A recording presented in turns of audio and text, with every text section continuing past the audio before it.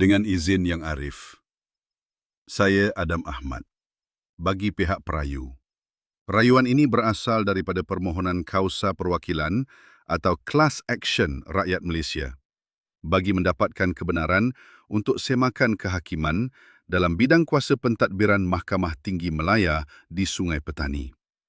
Permohonan ini difailkan oleh seorang pewakil terhadap Kerajaan Malaysia dan pihak-pihak berkaitan berhubung permohonan mandamus dan deklarasi bagi membolehkan siasatan dan penelitian kehakiman terhadap isu-isu yang dibangkitkan dalam tindakan ini.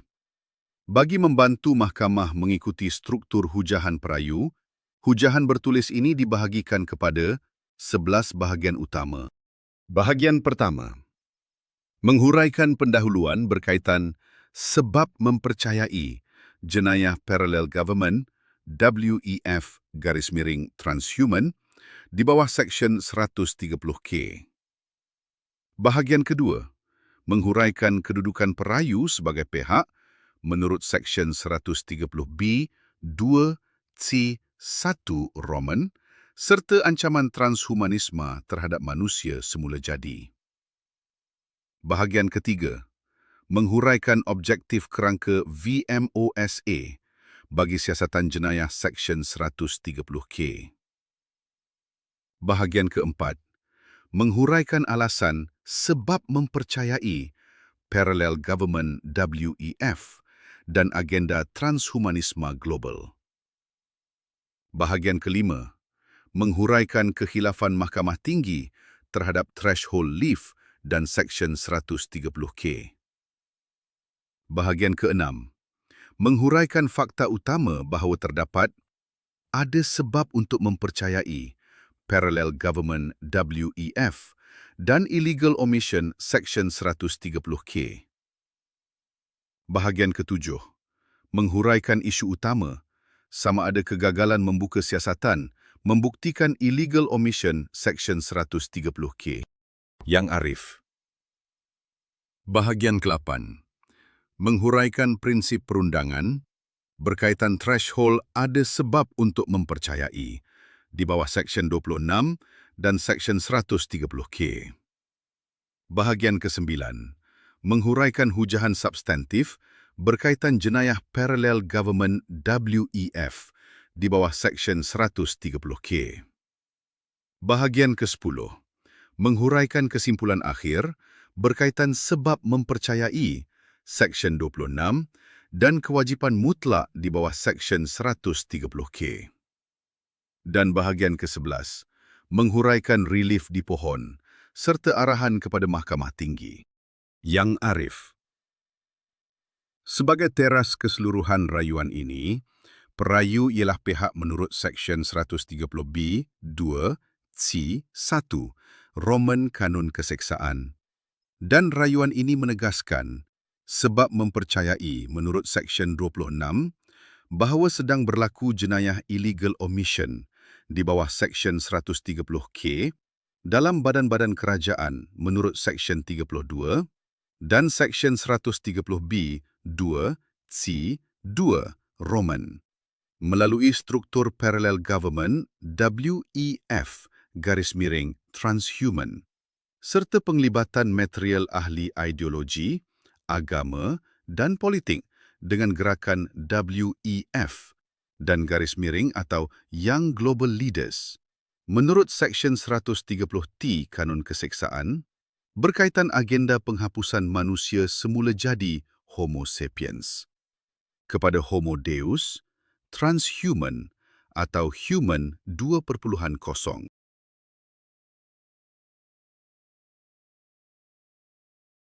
The threat we face, the end of natural humanity.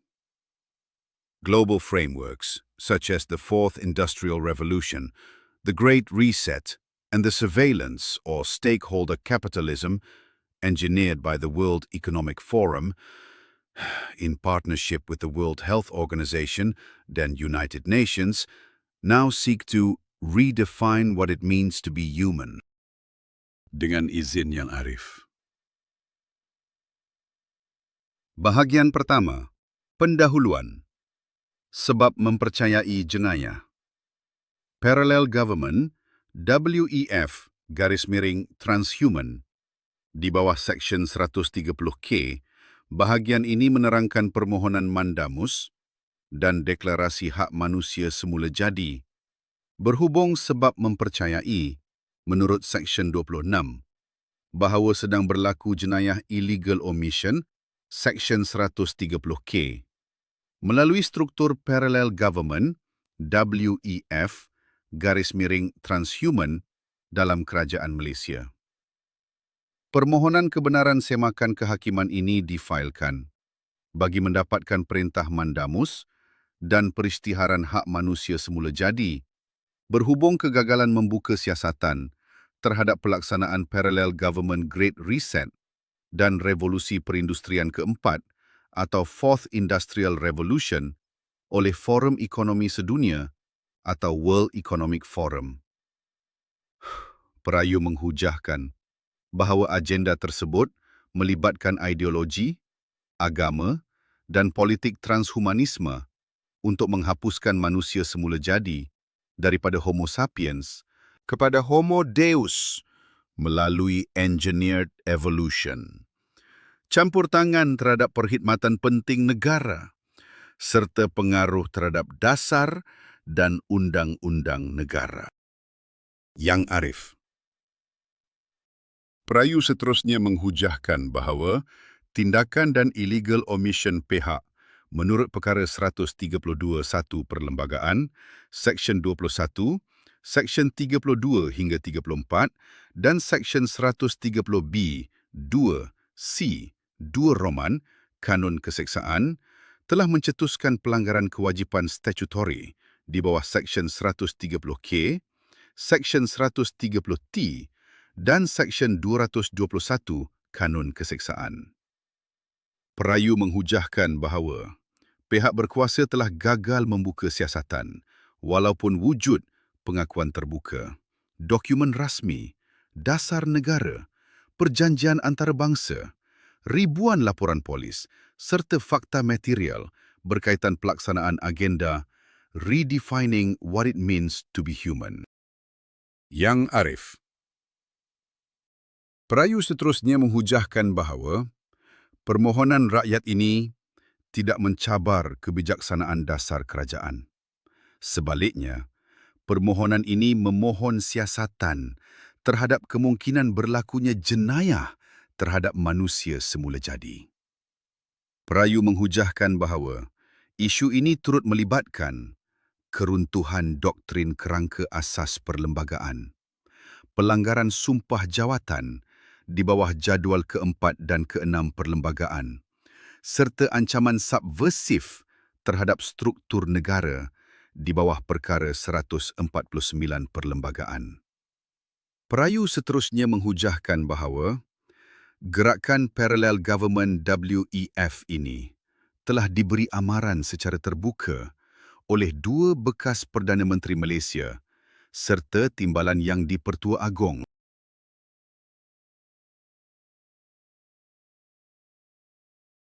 Dengan izin Yang Arif. Bahagian kedua. Pihak. Sebab mempercayai ancaman transhumanisme terhadap manusia semula jadi.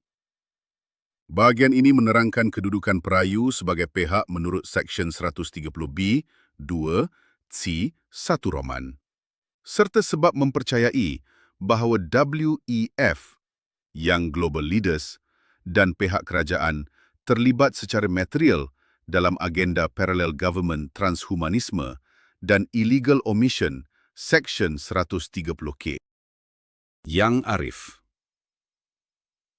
Perayu adalah perwakilan rakyat Malaysia yang diugut dan diancam gerakan Redefining What It Means to Be Human oleh World Economic Forum. Menurut Seksyen 130B, 2C, 1 Roman, Kanun Keseksaan. Perayu memohon perlindungan, hak mengekalkan kemanusiaan semula jadi, menurut fitrah manusia semula jadi, menurut Al-Quran. Pelaksanaan ikrar sumpah jawatan dalam jadual keempat dan keenam perlembagaan, serta pematuhan kewajipan statutori negara. Yang Arif. Perayu seterusnya menghujahkan bahawa World Economic Forum telah memasuki Strategic Partnership Framework bersama United Nations pada tahun 2019.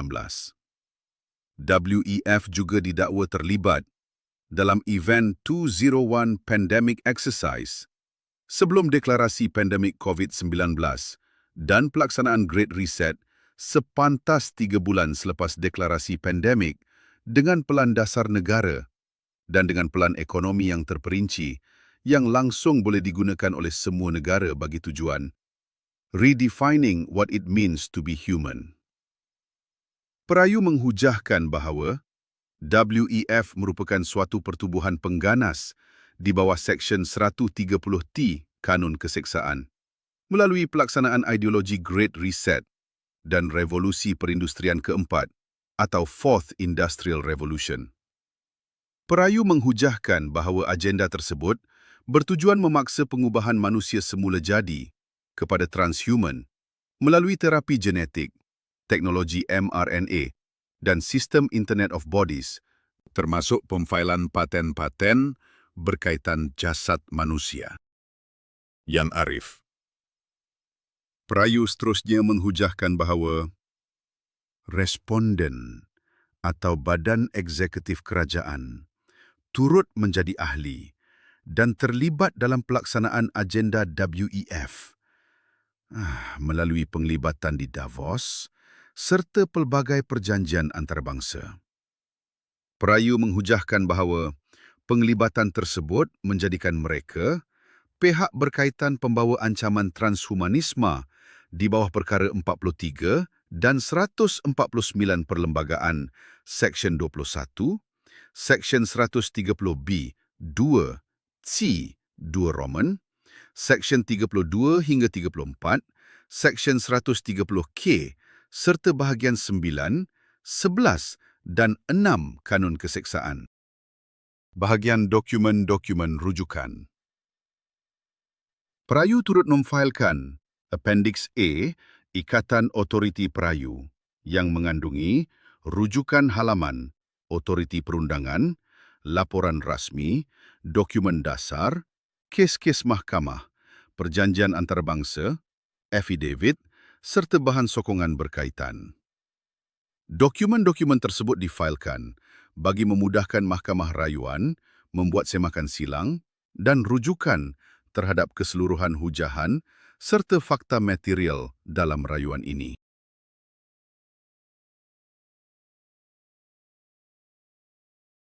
Dengan izin Yang Arif.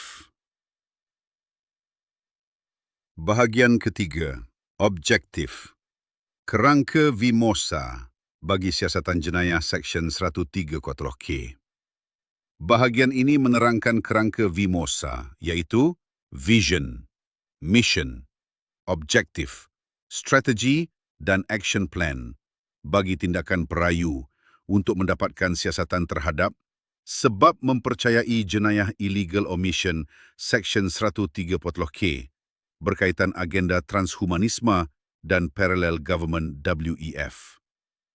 Perayu menegaskan bahawa tindakan ini tidak mencabar kebijaksanaan dasar kerajaan. Sebaliknya, perayu memohon siasatan terhadap kemungkinan berlakunya jenayah di bawah bahagian via Kanun Keseksaan serta illegal omission di bawah Seksyen 130K. Perayu menghujahkan bahawa hal tersebut dapat dilihat secara jelas melalui jadual dan struktur pada halaman pertama setiap kertas kausa yang difailkan yang secara konsisten merujuk kepada Seksyen 26, Seksyen 32, Seksyen 130B, Seksyen 130C, Seksyen 130K, Seksyen 130T, serta Seksyen 221 Kanun Keseksaan. Perayu menghujahkan bahawa keseluruhan tindakan ini diasaskan atas dakwaan kewajipan statutori untuk menyiasat kemungkinan jenayah dan bukannya cabaran terhadap dasar awam.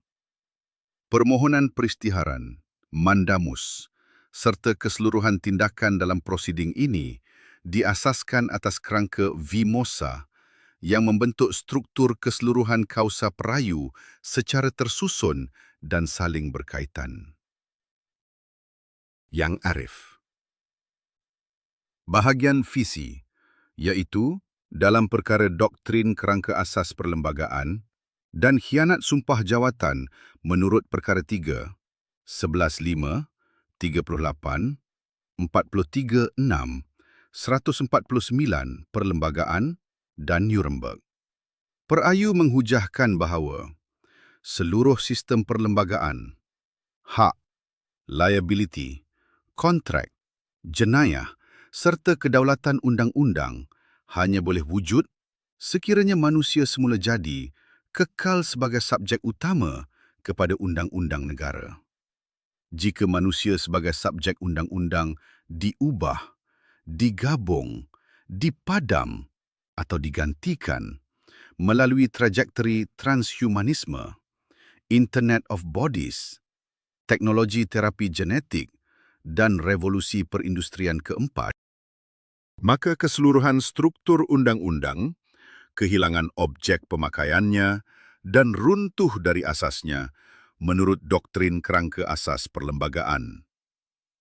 Perayu seterusnya menghujahkan bahawa kegagalan pihak eksekutif, penjawat awam dan institusi negara untuk menyiasat, menghalang atau bertindak terhadap trajektori yang menurut perayu mengancam manusia semula jadi sebagai subjek undang-undang, membentuk persoalan khianat sumpah jawatan di bawah perkara 43.6.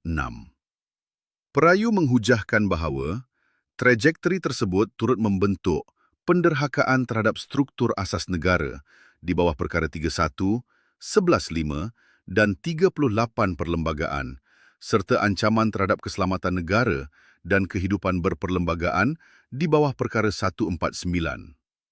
Oleh itu, menurut perayu, ancaman tersebut bukan sekadar isu dasar atau pentadbiran biasa. Sebaliknya, ia merupakan ancaman eksistensial terhadap kewujudan manusia. Sebagai asas kepada seluruh sistem undang-undang dan perlembagaan itu sendiri. Yang Arif. Bahagian misi. Dalam perkara kausa perwakilan, di bawah Aturan 15, Kaedah 12, Kaedah-Kaedah Mahkamah 2012, Perkara 149 Perlembagaan Persekutuan, serta Seksyen 3, 4, 130B 2 dan 130C 2 Kanun Keseksaan. Perayu menghujahkan bahawa tindakan ini diasaskan atas prinsip bahawa ancaman terhadap manusia semula jadi sebagai subjek undang-undang boleh melibatkan ancaman rentas sempadan yang tidak terhad kepada lokasi geografi semata-mata.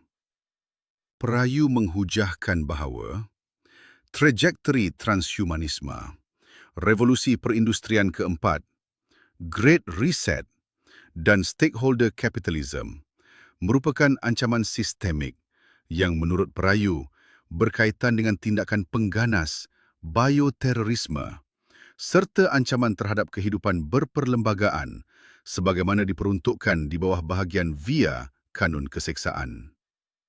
Dalam konteks tersebut, Perkara 149 Perlembagaan serta Seksyen 3 dan 4 Kanun Keseksaan menurut perayu memperluaskan pemakaian undang-undang terhadap ancaman subversif dan kesalahan dalam atau luar Malaysia.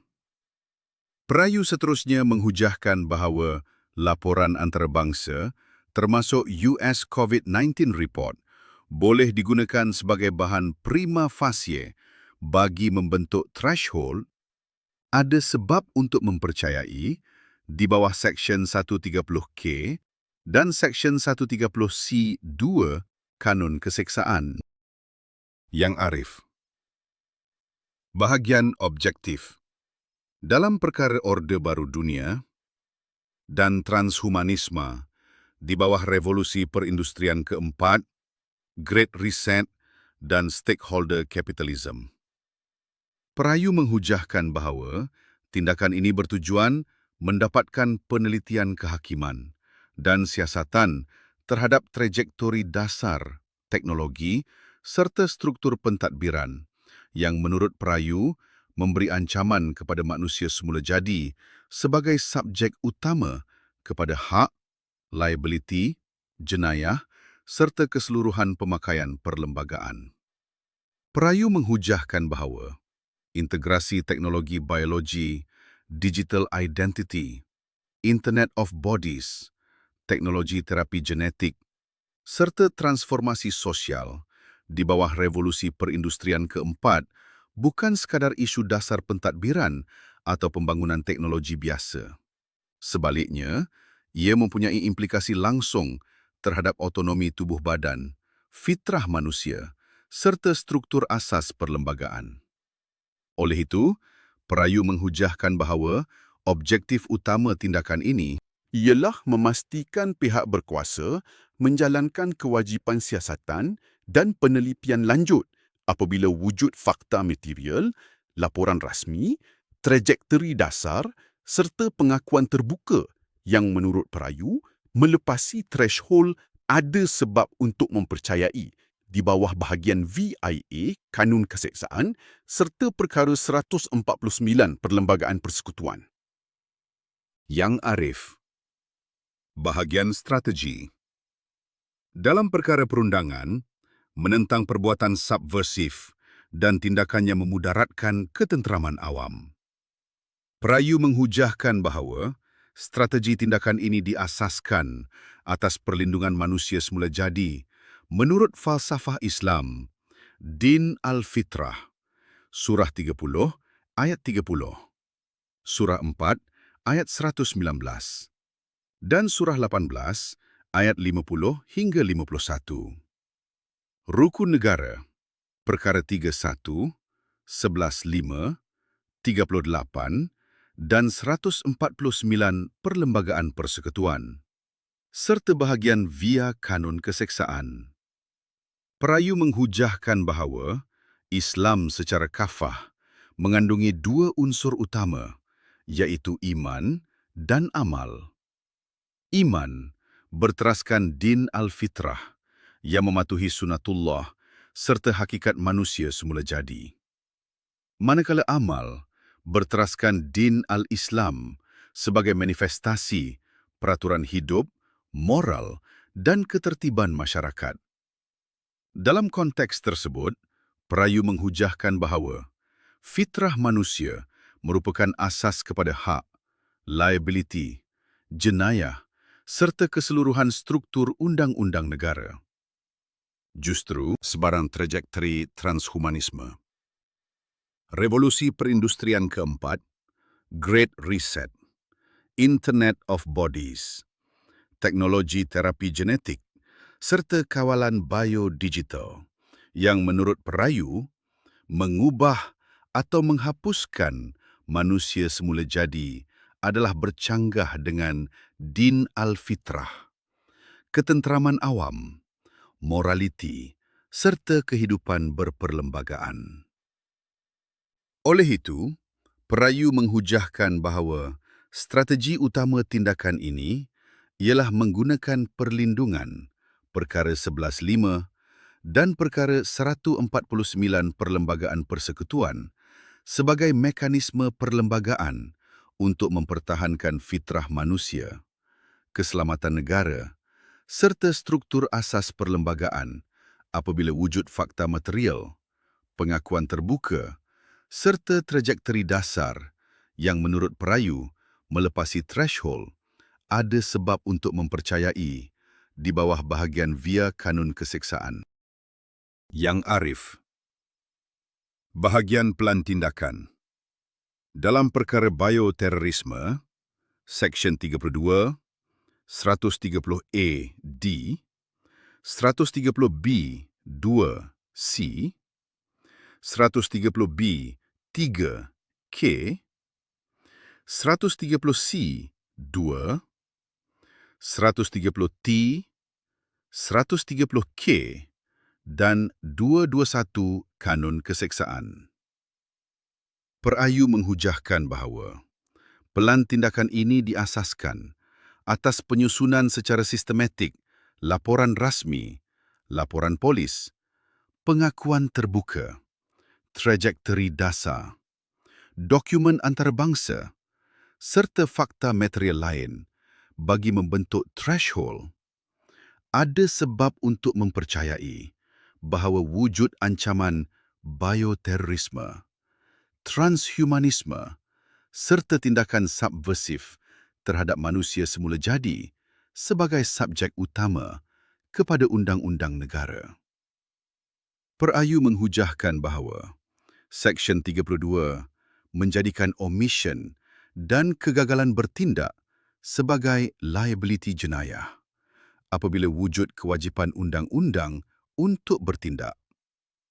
Manakala, Seksyen 130A D, Seksyen 130B 2C dan Seksyen 130B 3 K memperluaskan liability kepada pihak yang menyokong, memudah cara, membiarkan atau gagal menghalang ancaman terhadap keselamatan awam dan kehidupan berperlembagaan.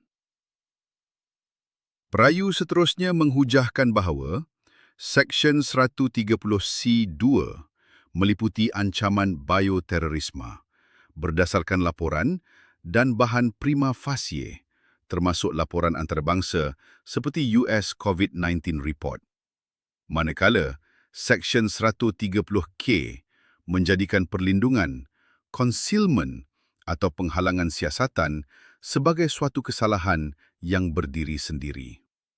Oleh itu, pelan tindakan ini bertujuan mendapatkan remedi mandamus bagi memastikan pihak berkuasa menjalankan kewajipan statutori mereka untuk menyiasat, meneliti dan bertindak terhadap trajektori dasar, pengakuan terbuka serta fakta material yang menurut perayu melepasi standard sebab yang cukup bagi mempercayai perkara itu, tetapi tidak dengan sebab yang lain di bawah Seksyen 26 Kanun Keseksaan.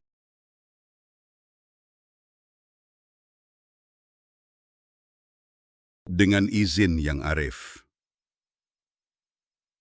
Bahagian 4, bahagian alasan, sebab mempercayai. Parallel Government WEF dan Agenda Transhumanisme Global. Bahagian ini menerangkan alasan utama sebab mempercayai menurut Seksyen 26 bahawa WEF, UN, WHO dan Young Global Leaders sedang melaksanakan agenda transhumanisme dan parallel government yang mencetuskan illegal omission Seksyen 130K dalam Kerajaan Malaysia. Yang arif. Alasan pertama, sistem tauhid fitrah sebagai asas perlembagaan, hak asasi dan manusia semula jadi. Perayu membawa suatu persoalan asas berkaitan tauhid pemilikan, iaitu bahawa seluruh kewujudan, kuasa, hak dan undang-undang tertakluk kepada pemilikan mutlak Allah menurut Surah 19 ayat 39 hingga 41 serta perkara 31 dan 11.5 Perlembagaan Persekutuan. Prinsip tersebut dibuktikan melalui kepatuhan kepada sunnatullah atau natural law jurisprudence sebagai asas sebenar, natural rights, natural justice dan hak asasi manusia menurut Surah 30 ayat 30, Surah 3 ayat 64 dan Surah 60 ayat 9. Justeru, seluruh sistem perlembagaan, hak asasi manusia dan undang-undang Malaysia dibina atas pengiktirafan manusia menurut fitrah semula jadi atau din al-fitrah. Sebaliknya, keseluruhan naratif Al-Quran menegaskan bahawa gerakan tunggal iblis ialah memutuskan pemilikan Allah melalui pematuhan kepada sistem positivism ekstrim yang mengubah mens rea, iaitu iman, dan actus reus, iaitu amal. melalui gerakan mengubah ciptaan Allah menurut surah 30 ayat 30 hingga 32, surah 4 ayat 119 dan surah 18 ayat 50 hingga 51. Kesudahannya, surah 50 ayat 30 memperingatkan bahawa neraka Jahannam dipenuhi manusia kerana sebahagian besar menjadi bala tentera dan keturunan iblis. Menurut surah 34 ayat 20, surah 18 ayat 50 hingga 51, surah 26 ayat 95 hingga 98, surah 6 ayat 112 hingga 116, dan surah 58 ayat 14 hingga 22. Al-Quran berulang kali menegaskan bahawa tanpa tauhid kepada pemilikan Allah dan sunnatullah, tanpa tauhid kepada mens rea yang mematuhi law of nature dan actus reus yang mematuhi perlembagaan natural law, maka seluruh amalan manusia menjadi debu.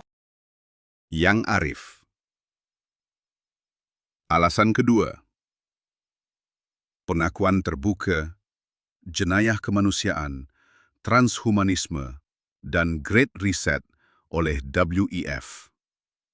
Dalam konteks tersebut, perayu menghujahkan bahawa WEF merupakan suatu pertubuhan pengganas biologi kemanusiaan yang mengambil peranan mengubah ciptaan Allah melalui agenda Great Reset dan revolusi perindustrian keempat atau 4IR. Klaus Schwab membezakan 3IR dan 4IR sebagai transhumanism dan secara terbuka menyatakan bahawa revolusi perindustrian keempat akan change not only what we do but also who we are, serta jenayah redefining what it means to be human. Di samping memperkenalkan stakeholder capitalism yang meletakkan gergasi korporat global sebagai trustees of society yang berfungsi seperti kerajaan global. Menurut perayu, kenyataan tersebut merupakan pengakuan terbuka mengenai gerakan global untuk mengubah manusia semula jadi menjadi transhuman melalui Internet of Bodies atau IOB, terapi genetik, integrasi manusia-mesin, surveillance capitalism, dan kawalan sosial berskala global. Perayu menghujahkan bahawa gerakan tersebut memenuhi semua elemen perkara 149 perlembagaan dan merupakan ancaman terhadap keselamatan, ketenteraman awam dan kemanusiaan. Kerana melibatkan penggunaan ketakutan global, diskriminasi, tekanan ekonomi, manipulasi undang-undang dan campur tangan terhadap perkhidmatan penting negara bagi memaksa penerimaan perubahan asas terhadap manusia, Homo sapiens, kepada Homo Deus. Great Reset yang dilaksanakan melalui penyebaran virus makmal dan simulasi Event 201 oleh WEF serta perjanjian strategik UN, WHO dan WEF sejak tahun 2020 turut dihujahkan sebagai suatu bentuk parallel government yang melangkaui legitimasi demokrasi berperlembagaan, sekaligus menimbulkan ancaman terhadap manusia semula jadi sebagai subjek undang-undang. Yang arif. Alasan ketiga, semua elemen Seksyen 130K dipenuhi dan mandamus wajar dikeluarkan bagi membuka kertas siasatan. Perayu sebagai pihak utama menurut Seksyen 130B2C1 Roman menegaskan bahawa permohonan ini bukan bertujuan mendapatkan sabitan jenayah muktamad terhadap mana-mana pihak, tetapi bagi mendapatkan peristiharan bahawa wujud prima facie yang memerlukan siasatan jenayah di bawah Seksyen 32 hingga 34. Seksyen 130B2C2 Roman Seksyen 130T, Seksyen 130K, Seksyen 21, serta bahagian 9, 11 dan via Kanun Keseksaan.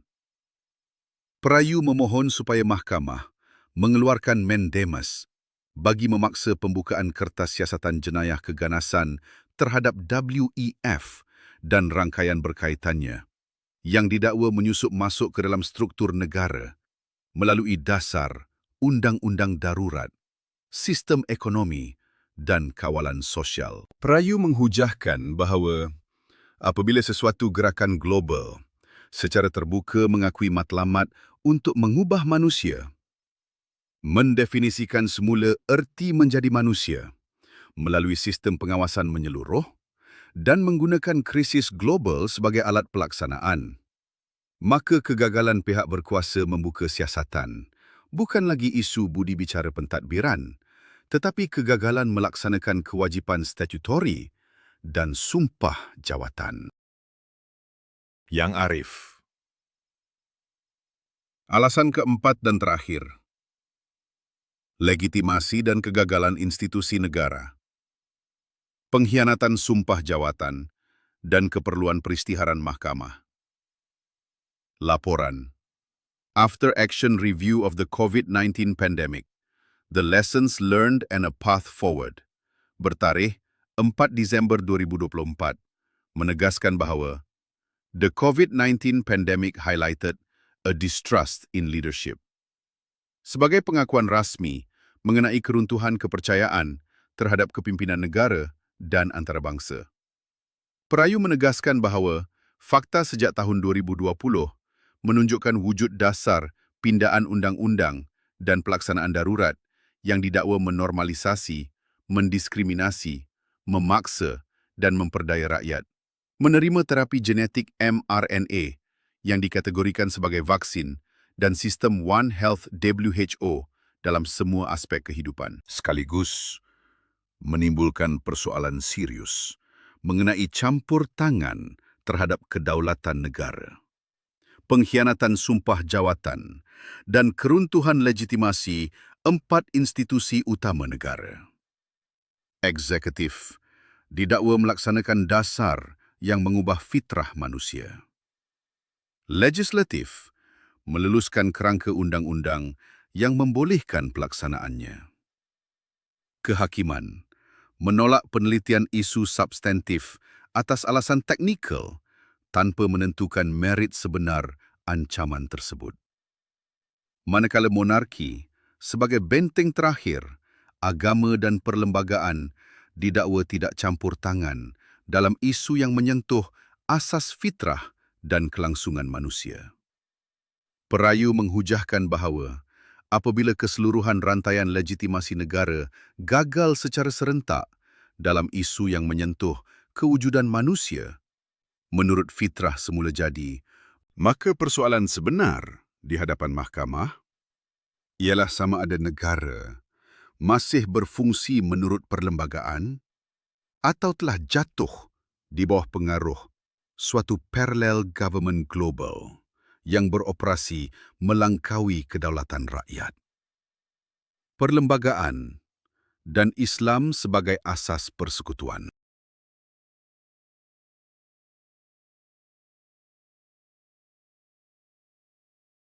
Dengan izin Yang Arif. Bahagian 5, bahagian latar belakang kekhilafan Mahkamah Tinggi terhadap threshold leave dan Seksyen 130K. Bahagian ini menerangkan kekhilafan Mahkamah Tinggi yang gagal memahami threshold leave, nature tindakan mandamus dan kerangka kausa perayu berkaitan sebab mempercayai jenayah illegal omission, Seksyen 130K. Perkara pertama, threshold leave dan Seksyen 130K. Rayuan ini timbul daripada penolakan permohonan kebenaran semakan kehakiman, walaupun keseluruhan tindakan perayu diasaskan atas prinsip undang-undang bahawa threshold di peringkat leave adalah sangat rendah dan hanya memerlukan kewujudan isu yang tidak remeh serta mewajarkan penghujahan lanjut secara substantif. Prinsip tersebut telah ditegaskan oleh Mahkamah Persekutuan dalam kes Tun Ahmad Fairuz bahawa mahkamah tidak perlu menentukan merit muktamad sesuatu dakwaan di peringkat lift. Sebaliknya, hanya memastikan bahawa permohonan tersebut tidak frivolous atau vexatious. Dalam konteks ini, keseluruhan tindakan perayu diasaskan atas Seksyen 130K Kanun Keseksaan yang menurut perayu hanya memerlukan ada sebab untuk mempercayai bahawa sesuatu ancaman mungkin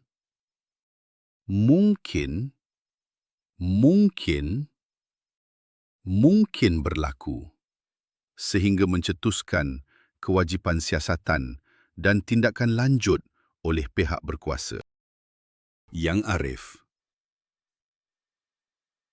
Perkara kedua, fokus sebenar, Mahkamah Rayuan. Mahkamah Rayuan, dalam rayuan ini, tidak dipohon untuk mendengar semula keseluruhan teori substantif berkaitan transhumanisme, WEF, IOB, Great Reset atau trajektori global secara muktamad. Kerana semua fakta tersebut telah pun dihujahkan secara terperinci di Mahkamah Tinggi melalui pernyataan tuntutan, affidavit sokongan dan lampiran-lampiran berkaitan.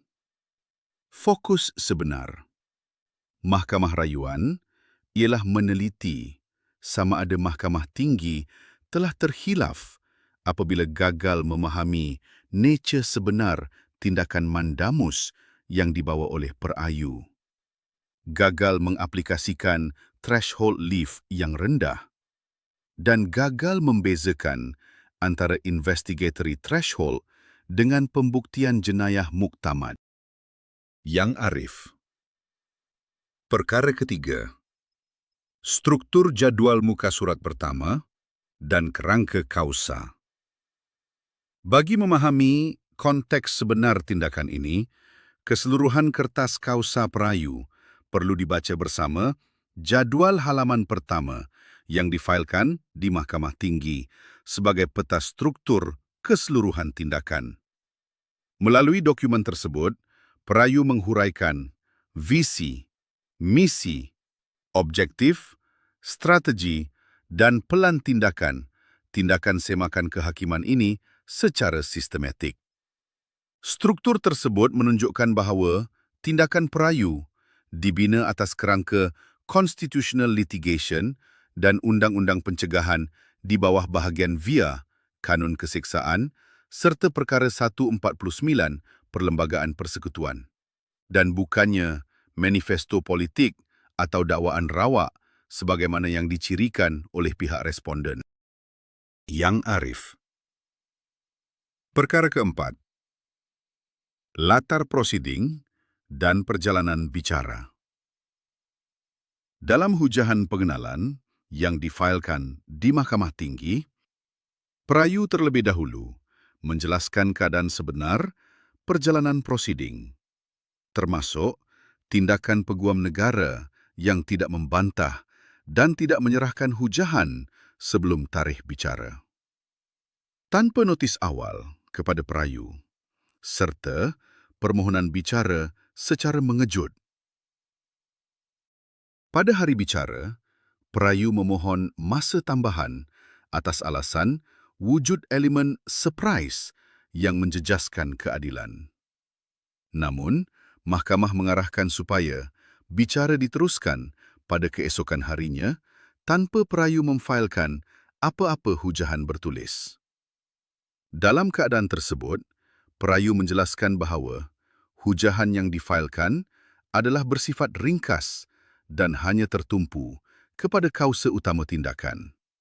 iaitu permohonan mandamus bagi memastikan pihak berkuasa menjalankan kewajipan statutori mereka. Yang Arif. Perkara kelima. Bebanan pembuktian mandamus. Perayu seterusnya menghuraikan asas perundangan tindakan melalui bahagian Bebanan Pembuktian Mandamus dan Aturan 53 Kaedah-Kaedah Mahkamah 2012.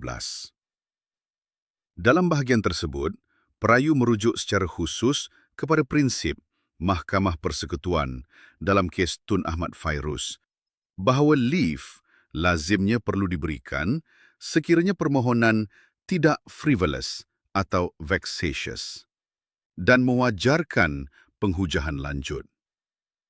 Perayu turut menghujahkan bahawa beliau merupakan person adversely affected kerana omission dan trajektori dasar yang dihujahkan, menurut perayu, memberi kesan langsung terhadap otonomi tubuh badan, hak asasi dan kedudukannya sebagai manusia semula jadi di bawah perlembagaan. Yang Arif. Perkara ke-6. Struktur permohonan mandamus. Perayu turut menghuraikan secara sistematik asas kepada permohonan mandamus melalui visi, misi, objektif, strategi dan pelan tindakan tersebut. Perayu menjelaskan bahawa tindakan ini bertujuan memastikan pihak berkuasa menyiasat trajektori dasar 4IR, Resetting Malaysia, Stakeholder Capitalism dan Internet of Bodies atau IOB, yang menurut perayu memberi implikasi kepada struktur sosial negara, otonomi tubuh badan dan manusia semula jadi sebagai subjek undang-undang negara. Struktur ini menunjukkan bahawa tindakan perayu mempunyai arkitektur litigasi yang jelas dan dibina atas nexus, fakta, dasar, kewajipan statutori dan remedi mandamus. Yang Arif. Perkara ke-7. Struktur pernyataan tuntutan.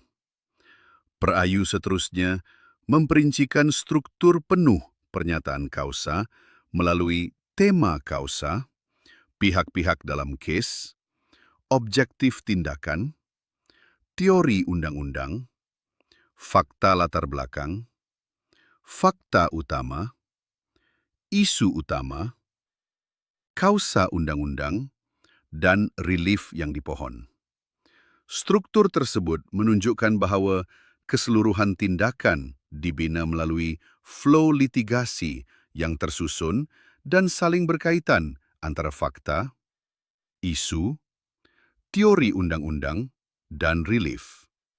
Oleh itu, tindakan perayu menurutnya bukan suatu manifesto abstrak, tetapi suatu tindakan semakan kehakiman yang disusun secara sistematik untuk menyokong kausa omission dan kewajipan siasatan. Yang Arif. Perkara ke-8. Kausa utama dan Seksyen 130B 2 C 1 Roman. Perayu menghujahkan bahawa kausa utama tindakan ini ialah dakwaan ancaman sistemik terhadap manusia semula jadi melalui trajektori dasar, Great Reset, 4IR, Stakeholder Capitalism, dan Internet of Bodies atau IOB, yang menurut perayu berkaitan dengan elemen ideologi di bawah Seksyen 130B 2 Kanun Keseksaan. Dalam konteks tersebut, perayu turut menghujahkan bahawa beliau merupakan pihak yang terjejas, diugut dan terkesan secara langsung di bawah Seksyen 130B 2 C 1 Roman. Kerana trajektori dasar tersebut, menurut perayu, memberi implikasi terhadap autonomi tubuh badan, hak asasi dan kedudukan rakyat sebagai subjek undang-undang negara. Yang Arif. Perkara ke-9. Fakta material dan threshold. Ada sebab mempercayai. Bagi menyokong threshold, ada sebab untuk mempercayai. Perayu mengemukakan ribuan laporan polis sejak tahun 2021. COVID-19 Report oleh US House of Representatives. Laporan berkaitan cDNA. Pengakuan jenayah kemanusiaan oleh WEF melalui buku-buku terbitan mereka. Trajektori dasar 4 IR negara. Resetting Malaysia. WHO Immunisation Agenda 2030 dan dokumen antarabangsa lain sebagai asas material kepada permohonan mandamus. Menurut perayu, keseluruhan dokumen tersebut menunjukkan bahawa permohonan ini tidak diasaskan atas spekulasi kosong, tetapi atas trajektori fakta, pengakuan terbuka, laporan rasmi dan inference yang menurut perayu mewujudkan kewajipan siasatan lanjut di bawah Seksyen 130K Kanun Keseksaan. Yang Arif. Perkara ke-10. Hujahan awam dan kepentingan perlembagaan. Perayu turut menghujahkan bahawa tindakan ini bukan sekadar tuntutan pribadi, tetapi melibatkan kepentingan awam, kedaulatan undang-undang dan hak rakyat untuk menuntut siasatan terhadap ancaman yang menurut perayu memberi kesan kepada autonomi tubuh badan dan struktur asas negara.